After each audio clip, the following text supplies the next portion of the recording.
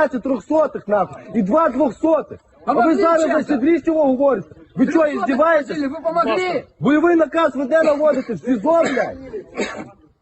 I don't know if I have ever seen a narrative collapse quite like what is going on right now across American, British, European, Australian media in regards to the Russo-Ukrainian war. This is not an example of independent journalists or amateurs on the internet poking holes in fake stories in the mainline media. The mainline media is collapsing their own narrative on the war. And this is expanding to the politicians in Europe, not so much in America, but at least in Europe. All of a sudden, we went from virtue signaling about how Ukraine is going to be fast-tracked into the EU, which was completely unrealistic. From an economic standpoint, this would have been like America suddenly annexing 2 Mexicos and absorbing all the poverty and corruption. It was not realistic. And now all of a sudden we have people all over Europe saying, yeah, it's not going to happen. It's going to take years and years of reform just for Ukraine to become a candidate, much less a full member of the EU. And we're suddenly seeing politicians talk about, yeah, maybe Ukraine should enter negotiations with Russia again and negotiate a peace.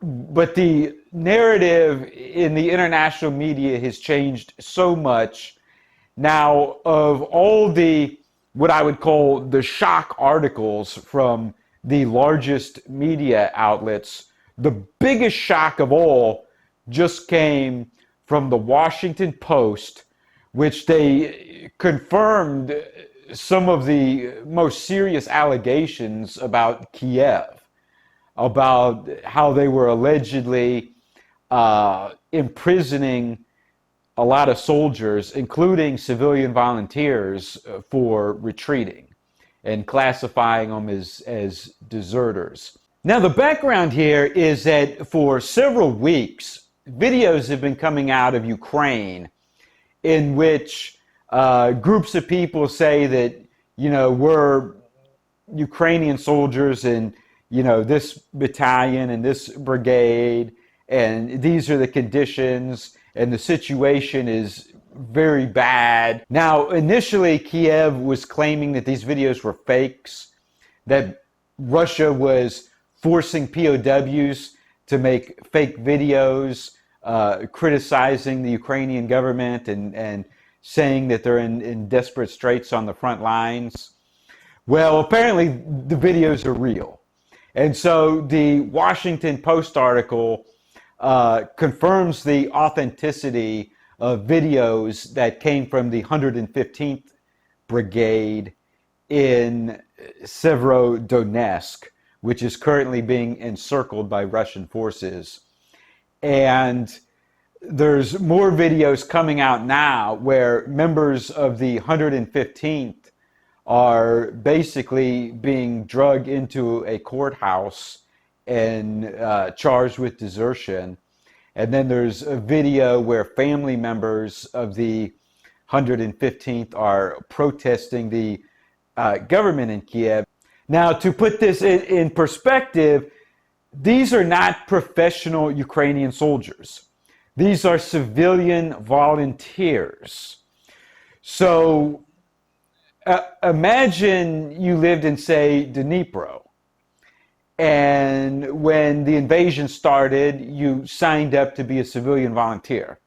You probably thought that you'd be manning checkpoints, engaged in search and rescue operations after a building gets bombed, digging trenches, filling sandbags, donating blood, those kinds of things.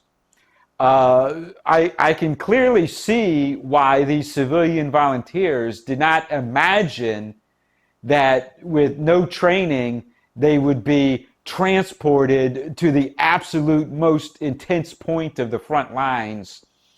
I mean, a lot of this is coming from units inside the cauldron in Lugansk Oblast, which I've talked about in my last two videos. So what happened was the Washington Post interviewed the leaders of, they refer to them as the 5th Separate Rifle Battalion. They don't say what brigade it is, but this started out as a unit of 120 civilian volunteers. The leaders are a guy who worked on an oil rig and a guy that Washington Post says sold used power tools for a living. Whatever that means, I don't know. But anyway, they were transported to Lysychansk, front lines. They were told, well, don't worry, you're just going to be the third line of defense. And then they were transported out of Lysychansk down into a village right on the front lines, close to Zolot. Now, this is a village that both sides claim they control it. So it's basically no man's land. It's the absolute front line. And on last Monday, this unit retreated. They fled to a hotel in an undisclosed location. Washington Post doesn't say exactly. Now, at that time, they were only 54 strong. They started out as 120. And so the two leaders essentially say that I think like 20 dead, 22 wounded, and 24 already imprisoned by Kiev for alleged desertion. So their power has declined by over half, and a big chunk of that is not even killed or wounded. It's imprisoned by Kiev. And then Washington Post ends the article by saying, yeah, by Wednesday, these two guys had been arrested and imprisoned themselves and stripped of their command. So now it's 26 imprisoned, and the rest of them had been thrown back on the front lines, and two more had already been wounded by Wednesday. So now they've gone from 120 to 50 people. So it's an incredible and unexpected article. I'll post a link to it. And so these videos you're seeing of these Ukrainian soldiers saying, we're civilian volunteers, we got no food, no water, we're running out of ammunition, and Kiev is saying that we'll be thrown in prison if we retreat. Well, according to Washington Post, the videos are real. Now, the only more extreme allegation above that is the allegation that Ukrainian soldiers are being shot and killed by other Ukrainian soldiers for retreating. Of course, this was a big allegation in Mariupol, and if you followed Patrick Lancaster's videos, he even encounters a body on the front lines that appears to be a Ukrainian soldier who was shot in the back while trying to surrender. I mean, unless the crime scene was totally staged, everything lined up, because there's this building that was, the battle was facing this building. You could see where it was hit by projectiles, and you got this guy that wrapped a white towel around his neck and was face down, shot in the back, walking away from this building. And so, unless it was a staged crime scene, I don't know. And now Russia has published pictures of 5 people from Lyman, 5 Ukrainian soldiers that they allege that they found with no shirts on, their hands tied behind their back, and shot execution style. So once again, unless they staged this crime scene, these people were executed by their own side. Unless it's a hoax. The Washington Post says that large numbers of troops, much of whom are civilian volunteers, completely untrained, are being thrown in prisons for retreating. Now, would Ukraine also be shooting people on the battlefield for retreating? Well, I'll let you decide if you think that's true or not. I mean, I don't know, but I would say probably they are. There was a video I saw several weeks back, and I'd already seen like a few videos where people were saying things about soldiers being charged with a crime for retreating and about conditions, and I didn't know for sure what to make of it because I don't speak Ukrainian or Russian. I was at the mercy of the person making the subtitles. But there was one video where it was civilian volunteers being brought back to their city of origin for, I think it was supposed to be like 3 days of leave. And a lot of them, all their family members are waiting for them there. So people's wives and kids and parents and all kinds of things. And they come in and everybody's cheering and everybody's hugging and having a good time. And then a few of the guys get up on this podium, and this guy's giving this speech to all the family members. And he's like, our morale is still super high. We can't wait to go back on the front and resume the fight. And one of the guys basically is like, bullshit. And a big scene erupts and people start arguing. And it was very clear that some of those people weren't very excited about going back. But like I said, these were straight up civilian volunteers who it's reasonable, I think, for them to have assumed that they wouldn't have been on the absolute front lines of the most serious fighting. Now, to be as fair as possible, I have seen one video from the other side. So the DPR and the LPR, they had their own civilian volunteers, and they're conducting their own draft. And so some of their civilian volunteers and draftees and whatnot have been deployed to Kherson Oblast and Kharkiv Oblast. And so there's a video from a group of people from a unit from the DPR, and they're saying, hey, we thought that we were going to be, second line, third line, whatever, of defense in Donetsk Oblast, and here we are on the front lines in a completely different state. And so they're protesting how they're being used. I've only seen, maybe there's more that I haven't seen, I don't know.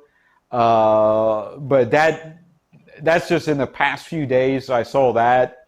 These Ukrainian videos have been coming out for a while now and just growing. And so, like I said, with the 115th Brigade that's in Severodonetsk, this big city that's being completely surrounded, and essentially Kyiv now is acting like, they should all fight to the death, even though, as I pointed out 2 videos ago, they did this whole thing that went on for weeks and weeks with Azovstal, and the president of Ukraine, Volodymyr Zelensky, was saying that the people in Azovstal were the new 300 Spartans, and they were going to fight to the death and this, that. Well, they all surrendered, and it included Azov Battalion, which is supposed to be one of the most fanatical, hardcore volunteer units that was originally started in 2014.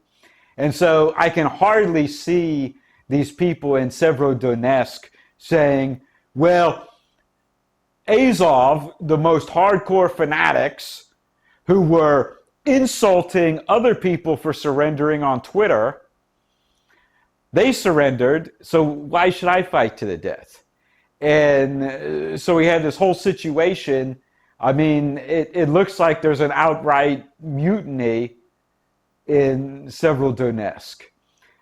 So you got this 115th, where you have two different videos where groups of soldiers are complaining, and then we've got new video where a bunch of them are in like a courthouse being charged with desertion, and then we've got their family members protesting their treatment. And so it all very much looks like things are not, the bed of roses that the Western media was claiming for the past 3 months.